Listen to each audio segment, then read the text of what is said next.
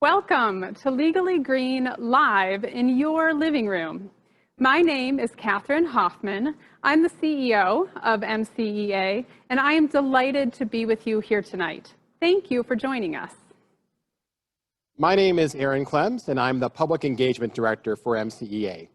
Please join us in chat. I know that for a lot of you this might be new, but say hello and welcome the over 1,000 neighbors, allies, and champions that we expect to gather here tonight.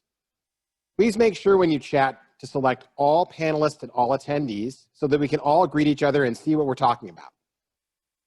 2020 has been a year like no other. These challenges are also why it's so important for us to gather. We gather to draw strength from each other. We gather to remember that there are powerful leaders doing amazing work for a better world all around us every day. And we gather to create the world that our children deserve. Over the past 10 days, MCEA has put on a virtual showcase of the powerful voices driving change for climate justice and clean water. At this point, I'd like to encourage you to share your highlights from these last 10 days in the chat now. Have you had a chance to listen to some of our webinars or podcasts? Whose stories inspired you? What made you the most excited about the voices driving change for clean water and climate change? I see we have a lot of people checking in from all over the state, which is wonderful. Yeah. One person really loved the webinar on the Attorney General's case. They said it was informative and engaging. That's a really amazing case that our state is bringing a lawsuit against Exxon and Koch brothers for the harm caused to consumers for misrepresentations about climate change. Yeah, and I saw a number of people commenting on that. Another thing that folks should know is that there was another win this week against Big Oil.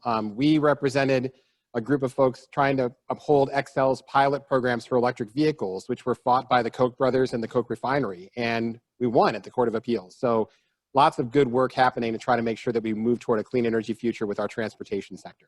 Yeah, speaking of the legal work, Lauren notes that she really loved the work on the Supreme Court. MCEA is going to the Supreme Court 3 times this year, plus twice as a friend of the court. So that's 5 cases this year. We're very excited about that. And of course, it's a ton of work. I see someone commenting on our webinar about environmental justice and the connections between our work on environment and race and justice in the world. It's a really important topic for us. It's really personal at MCEA. And especially in a world where the recent events involving George Floyd and the killing of Breonna Taylor, it's even more important for us to stress once again that there can't be environmental justice without justice. Yeah, absolutely. You know, other people really loved the highlight on our water work. MCEA does quite a bit of work protecting Southwest Minnesota from agricultural water pollution. You can listen to a podcast highlighting our work protecting Limbo Creek, which is the last wild creek in Renville County. Yeah, I was lucky enough to be able to interview Tom Callahar, who's a retired conservationist who lives in Renville County in Olivia. He's a city councilor in Olivia, and he's spent decades protecting the Minnesota River. And he's a heck of a sportsman, too. I mean, if you've had a chance to follow us on social media, you've seen the pictures of a ginormous walleye that he took out of the Minnesota River. I didn't even know they grew them that big in the Minnesota River. Certainly not walleyes, but it's really incredible to be able to interact with the folks and to talk to the people whose voices drive our work. In the end, we're not just folks that want to go to court because we like to do it. We're doing it because we're doing it in the service of the folks who are driving change in their own community. And that's what the whole purpose of this 10-day celebration has been, to highlight those voices driving change. Absolutely. Jeff and Mary Frush noted that they loved seeing the Up North program featuring JT Haynes and our work up there. I would say since its founding, MCEA has really done a lot of work around protecting Lake Superior and centered around northern Minnesota. Our first staffer that we hired back in the 70s was a mining director to work on the issue of sulfide mining, which of course persists today. And today we've worked on the Great Lakes Compact, we've worked on stopping pipelines that go into the Duluth Superior area, and of course we're working on Polymet. And all of that really centers around Duluth. So we're very excited and proud of opening our first Duluth office, first ever up in Duluth, and we were up there last week for a program. It's been a really wild ride for the last 10 days. And all of the information and all of the webinars that you saw are all archived, and you can go find them still. So don't feel like if you missed it, you can't get caught up. And we'd love for you to listen to the 3 podcast episodes, watch the webinars. Catherine, where can they find that? They can find that at www.voicesdrivingchange.org. All of the webinars and podcasts are saved there. Even if you're not a podcast person, I know that can be a bit intimidating. You can just listen to them right on the website. You don't have to have a special app or anything like that. Yeah. We're excited to introduce you tonight to even more voices driving change. In 2009, I learned about the risk that sulfide mining and the Polymet mine proposal posed to Minnesota, of all places, in the back room of an REI in Roseville, Minnesota, when I watched a movie. And I was a grad student at the time, and I left a full-time tenured teaching position because I was so inspired by this, to help protect our state and the health of our communities from the threat of sulfide mining. Along the way, I've been inspired by and learned from many different people, and in particular in 2018, I had the opportunity to join a delegation from Amnesty International Canada who came to Duluth. I'd like you to join me in welcoming a really powerful voice driving change all the way from British Columbia, Tara Skur from Amnesty, who led that delegation.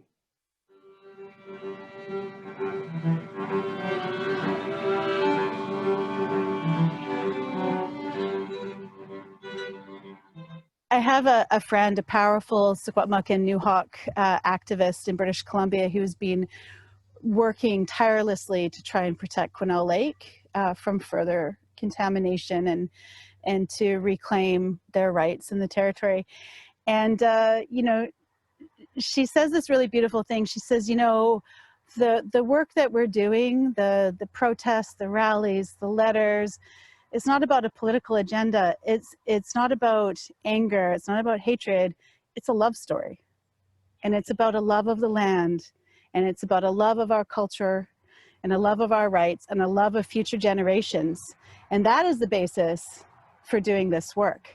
In 2014, the Mount Poly copper mine in British Columbia, and it's located in an interior rainforest. The tailings dam collapsed, sending about 25 million cubic meters of mine waste down from the mine site into Poly and Bootjack lakes, and then scoured a 9-kilometer pathway from the tailings dam into Quesnel Lake. So it destroyed Hazeltine Creek and just dumped all of this toxic gray mining sludge into Quesnel Lake. Amnesty International wanted to try and understand the human rights impacts of the Mount Poly mine disaster. So in 2015, we visited the communities for the first time and began meeting with residents, with municipal authorities and regional authorities, tour guides, First Nations. The Indigenous communities described the human rights impact of the disaster as if there had been a death in the community. The death of the environment, the death of the salmon, the death of their cultural heritage in that region. And so, I mean, what's been really beautiful is the communities have been able to meet with the United Nations to tell their story, because they know that it's part of a larger global pattern of mining capitalism. And what happened to them has happened to others. They desperately want to make sure that this doesn't happen to anyone else, which is why we traveled to Minnesota in 2018 to share the Mount Poly story in this larger context. It was incredible being there, because you could feel that love that people had for the land, whether we met with the Fond du Lac band or local community activists, teachers, fishing enthusiasts. So many of the people that we met with really were acting out of their care and concern for the land and for future generations. And I think it was very clear, people understand you can't build a structure of that enormity without having a long-term, a forever impact on the land. That's multi-generational impacts. And so, people were very clear that this isn't just a short-term economic jobs versus environment decision. This has long-term repercussions, not just for themselves, but for future generations. I think that the communities that we've worked with would say they're not against mining, they're not against jobs, but given what we know from all of these examples around the world, given the risks, are these the kinds of jobs that we want? And is this the kind of legacy that we want? I love working with MCEA. I think that the work the organization does, the thoughtfulness, the reaching out to the communities, to connecting, the listening that happens, I think is very powerful, very respectful. And I think the skills that the organization brings to the table are vital. Around the world, we know from working with communities that communities know exactly what they need. They know what they want to protect. They know what they love. They know what they cherish. They know what their rights are. But what they often don't have are the technical or legal skills to be able to defend those rights the way they need to in the structures that we have. And so the work of groups like MCEA and other legal teams to support the communities in securing their rights is so important to this work.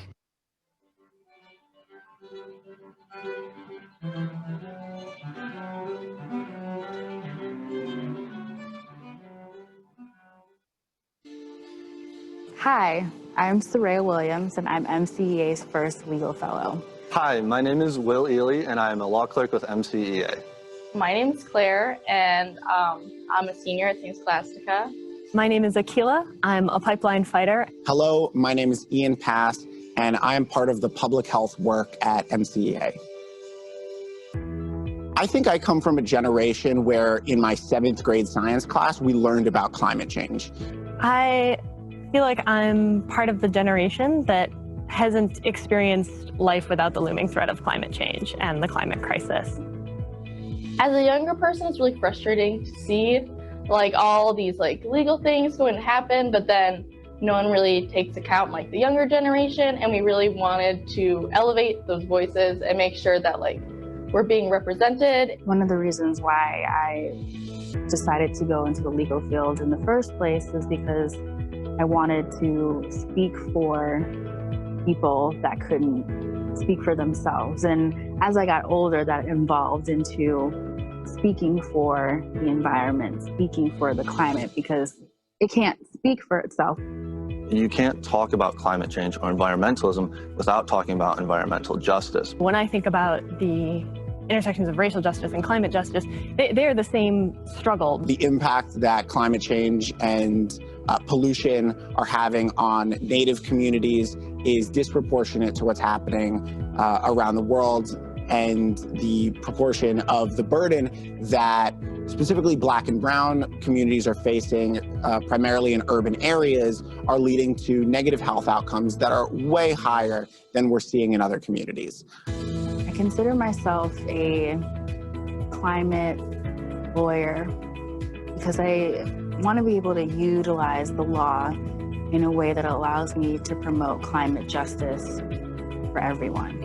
I see my main work in fighting for climate justice in this moment as standing up to the continued extraction of fossil fuels and to these big, enormous fossil fuel projects like the Line 3 pipeline here in Minnesota that perpetuate not only the climate crisis, but harm to communities all along the route and all around the world. So this summer, I worked on inclusive financing, which is a program that aims to increase the availability of energy efficiency home improvements to low-income households and renters. There was going to be a new power plant built in Superior, and we didn't think that that was necessary, and we should be focusing our energy towards green energy.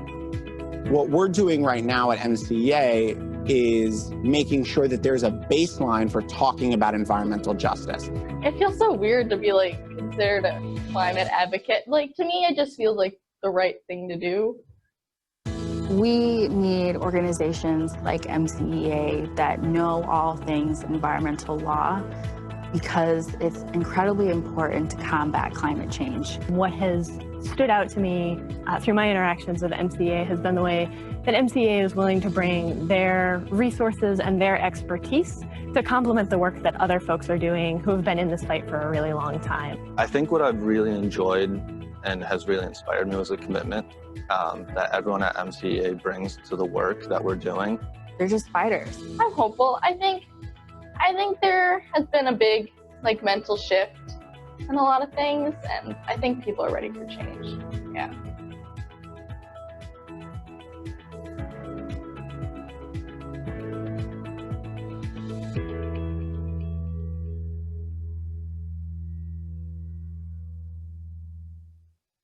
It's so exciting to hear from a younger generation bringing about change in the world. They give me hope in this moment. As we reflect on the passing of a titan in the legal world, Ruth Bader Ginsburg, I have always admired RBG, as I'm sure that many of you have as well. I remember reading the Lilly Ledbetter case early in my career. This was one of Justice Ginsburg's most famous cases. It was a case about gender equity in pay. The majority of the Supreme Court ruled that Lilly Ledbetter couldn't sue her employer, even though they consistently paid men more than women. And they ruled that the statute of limitations was over before she had even learned that she was paid less than her male coworkers. In her dissent, Justice Ginsburg pointed out the obvious inequity of the ruling, that women cannot challenge unequal pay by their employers if they don't know that it's happening. The injustice of this ruling at the time really angered me. And while I can't fix equal pay in every workplace in the nation the way I'd like, I did make sure that when I became the CEO of MCEA, every employee knows the pay range for every position. And every year I present those pay ranges to all the staff to be completely transparent and fair about our pay scale. Ruth Bader Ginsburg was also a pioneer who forged new paths for women in the law and in leadership. And I'm really proud to work alongside so many powerful women leaders here at MCEA, not only leading our organization as a whole, as Catherine does, but also leading our legislative work, our finances, our climate program, our mining litigation, and much more. Not only at MCEA, our partners include women leaders at the legislature and across state government.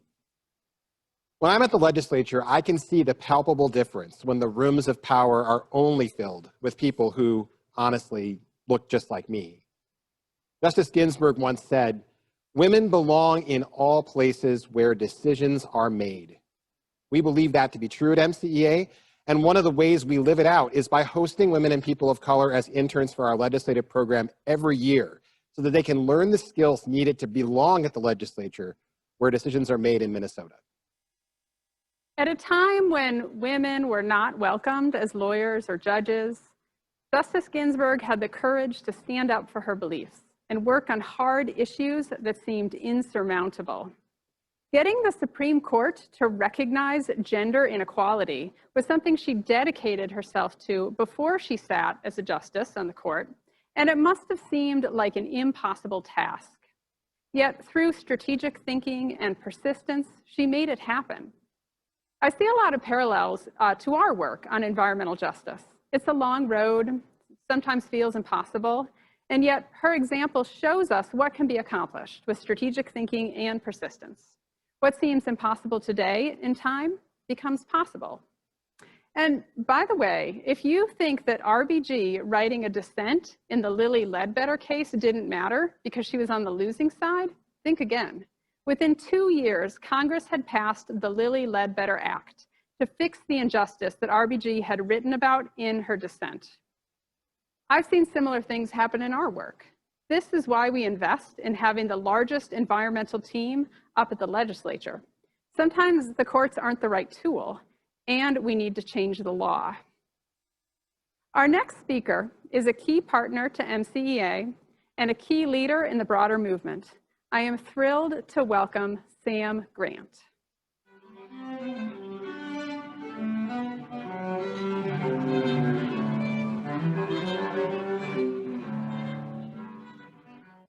My name is Sam Grant, and I am the Executive Director at MN350. I fight for climate integrity through the lens of environmental justice because climate apartheid disparately impacts those who have contributed least to the problem. Given Minnesota's pattern of apartheid, we can see manifestations of climate injustice anywhere we look. Consider who is most impacted by extreme weather, by the COVID crisis, by job loss. Who is more likely to live in communities with a high level of substandard housing? Who is more likely to have higher income inequality? Who is more likely to be impacted by health disparities that are exacerbated by climate change? Climate cuts through everything. Racial injustice, poverty, all of these things are being amplified by climate change, and those who have done the least to cause the problem are getting the worst impacts consistently anywhere we look here in Minnesota or around the planet. We are at risk now of what happened to George Floyd being a metaphor for numerous ways of canceling life through structural violence. At MN350, we're seeking to transition from an extractive economy based on fossil fuels and consumption to a sustainable, life-affirming, ecologically sound, and equitable economy. We work on the front lines of the obvious major fights that we must win, such as stopping Line 3 and divesting from a fossil fuel-driven economy. At the same time, we work directly with ecologically and economically marginalized communities to lift their voices and join their vision with all who recognize the necessity of bringing our best selves forward to face this climate crisis with sufficient, coherent, intercultural brilliance. We seek to build sustainable energy and transportation and food systems that protect our health, the health of our communities, and the health of the planet. We work to ensure that all voices, white, Black, brown, indigenous, and immigrant, rural and urban, are heard and honored in securing a safe climate. The staff at MN350, we're not lawyers. We partner with MCEA because you guys bring critical expertise that we need to be successful. Thank you for the great work that you do. But let's be honest, lawyers aren't necessarily known for their deep relationships in highly oppressed communities. We bring that technology, we bring those relationships to the table. Through right relationship, together, we can foster conditions to design, operationalize, and win on a transformative justice paradigm. Lawyers can be part of the problem in communities when they come in with outright relationship. When they come in partnership with organizations like MN350, together, we design and define strategies that make a difference. Our legal system does not and has not rendered equitable justice. But we are now in a political moment when more is possible because more people are awakening to the necessity of delivering together a higher bar of justice that takes care of the earth and takes care of all of us. Have prosperity, but it doesn't come at the expense of our children. It doesn't come at the expense of our ecosystems. We cannot achieve climate justice by living in silos. And let's get this work done. That's the invitation we're inviting you to. And together, we're looking forward over the next 30 years to a true generation of transformative legal practice that makes this a time in history people can look back on and say, that was the best moment yet in the history of law. Join us and let's make that true.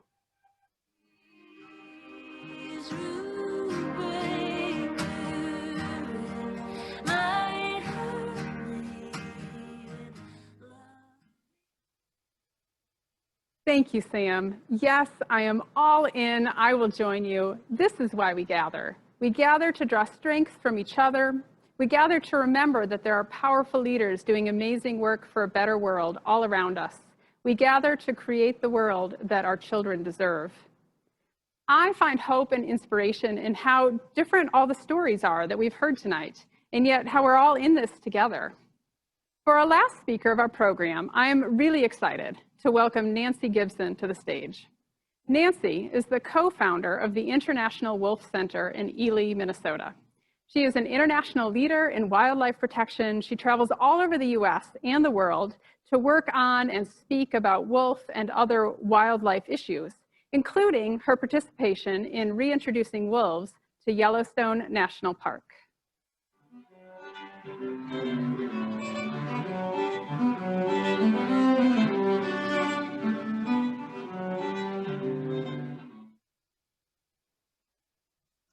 Thank you so much, Catherine. Very kind of you to invite me here. But you might be wondering, why am I standing here on behalf of MCEA? Having worked with wolves for 30 years, one thing is clear. We live on a planet that is so intricately woven together that each missing part of the puzzle creates chaos. For over 100 years, wolves suffered a savage campaign filled with many social injustices. Left with a crippled wolf population, they sorely needed enlightened scientists and citizenry paired with dedicated lawyers to push them back from the brink of extinction. It worked. 2 years ago, I had a firsthand experience with MCEA. As an honored governor-appointed citizen, I help oversee the constitutionally dedicated lottery expenditures for the environment. But some legislators failed to follow through on the voters' intent. Luckily in Minnesota, we have an answer, MCEA. Their compelling testimony and the mere threat of MCEA's legal team stopped the harmful legislation. We are so fortunate to have this team when conflicts collide. The positive outcomes prevail. And now back to wolves. I know a healthy wolf pack needs the same diverse habitat, clean water, and breathable air to survive just as we do. I know that wolves need strong, forceful leaders who guide the pack to food to nourish them for those rambunctious pups and their yearlings. Think of it as a teaching moment for the pack. They take their cues from their leaders. They navigate the best course for a successful hunt, concede when they fail, but they never give up. Wolves succeed when the pack is resilient. Their food is what sustains them. Sustainable funds feed the nonprofits who share their struggle. Wolves have a well-equipped defense team, ready to fiercely protect their territory. But they may lack those thick briefcases and computers, but they do have big teeth, speed, and strong survival techniques, perfectly tuned to life's necessities. Wolves live in a fabric of folklore, and it's been crucial human judicial review based on science, a little dose of passion, and perseverance that has allowed them to thrive in our North Woods. And now, speaking of our North Woods, that habitat could also be on the threatened list. MCEA is the only stop sign preventing pollution from Polymet's copper sulfide mine in our northeastern region. It is so easy to destroy those lands, but impossible to replace them. Rarely mentioned is our iconic moose population. It's already facing the perils of climate change. Now the mines propose destroying 8,000 acres of wetlands in prime moose country. Wetlands provide 25% of their aquatic food source. Add that burden to our Native Americans, who are facing the loss of their ancestral culture harvesting wild rice. Our diverse urban communities drink polluted water and breathe sickening air. Some southern wells are undrinkable with nitrates and phosphates, all spurred by failing farm practices. These tentacles of problems land at the door of MCEA.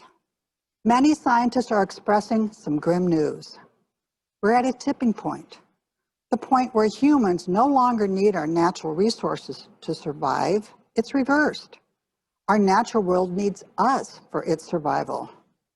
So here I am, a bit out of my habitat, but fully engaged on how to proceed. Please join me in the privilege of partnering with MCEA. I've been asked to move that thermometer up by $75,000. That means up. That will close the gap for our year. That will close the gap to fight the 62 legal actions sitting on the desk of MCEA staff. That includes 5 trips to Minnesota Supreme Court. Let's try this. Pledge $62 a month to ensure those 62 legal cases have the support to succeed. Pledge $62 monthly to preserve our water, our clean air, our bold north climate, wilderness, and wildlife. So look at those numbers that are dancing below the screen, and you can choose your option. You can go online to voicesdrivingchange.org, or you can text to Drive Change at 844-949-3684, or you can call our competent staff waiting now at 651-287-4886. Conservation's been my life. I don't consider defending our natural world political. I consider it survival for my children and my grandson. I'm not bashful. I'm going to talk about Hamilton. He took his first few steps this week. I want him to walk in a field awed by butterflies, spot a rare bird or wolf, and dip his hands in our northern lakes to sip a fresh drink. This is our natural endowment for generations to come. We need a savvy legal team ready when policies fail. It's a big responsibility. I know MCEA is up to the task, but like a wolf pack, we can't do it alone. Remember, $62 a month. And now, next up, we have music from the OK Factory. Some great music to soothe our thoughts, think about nature's chorus, and if you want, you can howl a little bit. Thank you.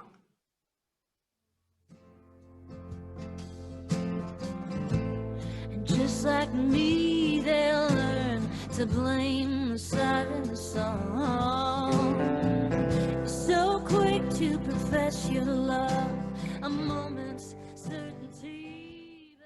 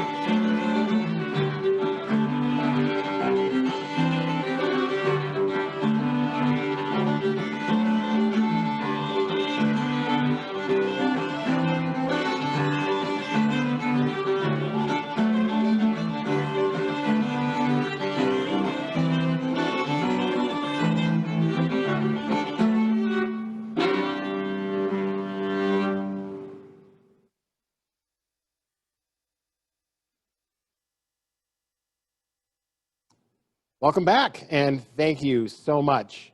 I've been watching that thermometer at the bottom of the screen, and it's been moving quite a bit. We've raised over $10,000 just since we've been together tonight. And it's an incredible amount of money that really helps us do our work. I want to note at least one gift we saw from Mike Troutman and Amy Blumenschein, committing another $1,000 to this work because they understand the value it has for the next generation.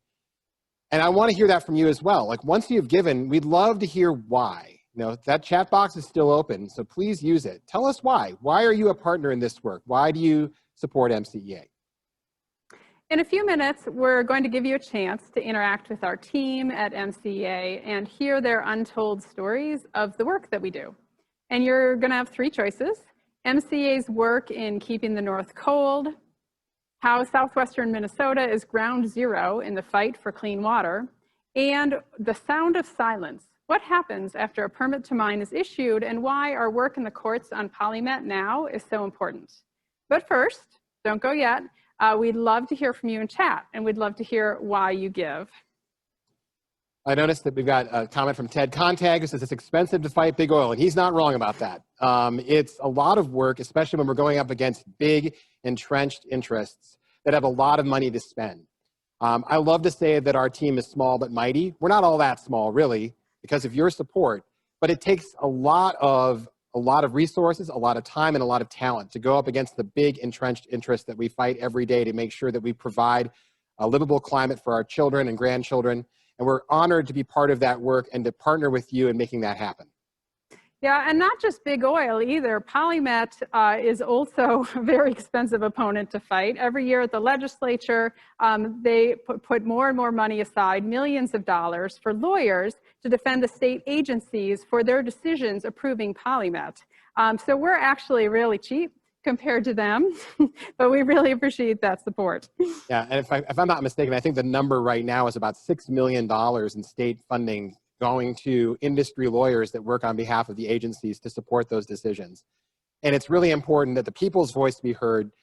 You heard earlier from Tara Skur, and Tara is right. The people who live downstream, the people who live in the communities that would be affected by proposals have a right and to say no. They have a right to put conditions, and we don't think that they've been listened to so far. And we're honored to stand alongside the Fond du Lac Band of Lake Superior Chippewa in court. We'll stand aside other environmental organizations, but especially to represent the people who live downstream and will be the most affected by these. And we can't do that without your help. Thank you. Yeah, absolutely. You know, some people have noted our work at the legislature as being incredibly important to them and very effective. And that's, I think, one of the things that does make us effective is that we could work at the legislature, we can work at the courts and at the agencies.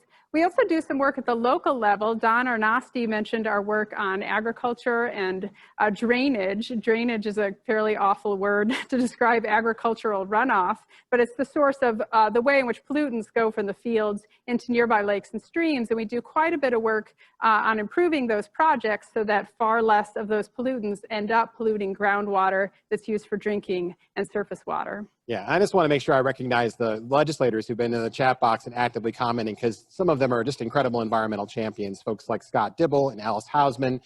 I'm going to forget some names, and please excuse me for that. But we're just so honored to have, and John Marty, a bunch of other folks who have stood alongside us at the legislature to fight for those laws, to fight to protect people who live downstream.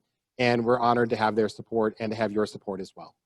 And thank you to Tara, Akila, Will, Soraya, Claire, Ian, Sam, and Nancy who joined us tonight.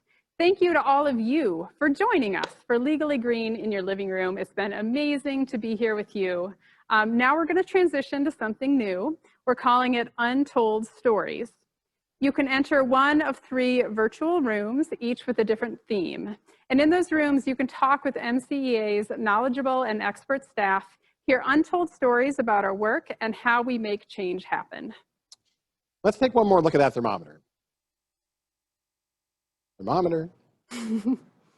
Okay, it's coming. The last time we saw it was at 222,000. Oh, there it is. 223,000 out of 280,000. That is 80% of our way to our goal. Wow.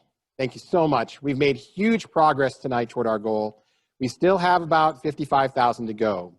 And remember, your donations fuel our work to defend Minnesota's people and environment in the courts, at the legislature, and in state agencies. We really appreciate the support. We can't do this work without you. Thanks again. We've come to the end of this part of the program, but don't say goodbye just yet.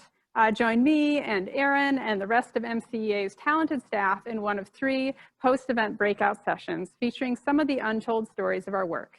The instructions on how to get there are in chat. If you want to join us for Keeping the North Cold about our climate work, you can just stay in this room. For The Sound of Silence about our mining work, and Ground Zero to learn more about our work on agricultural drainage and pollution, you can see those links for the separate rooms. So you just click on and go into those.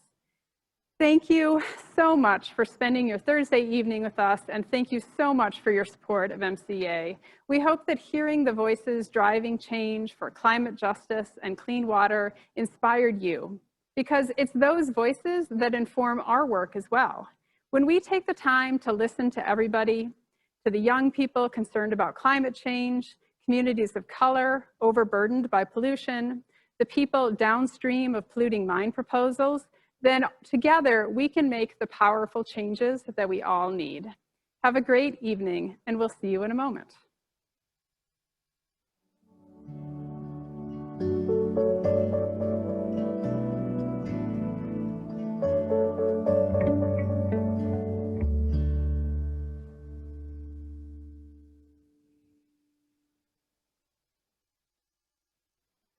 You're scared of getting stuck,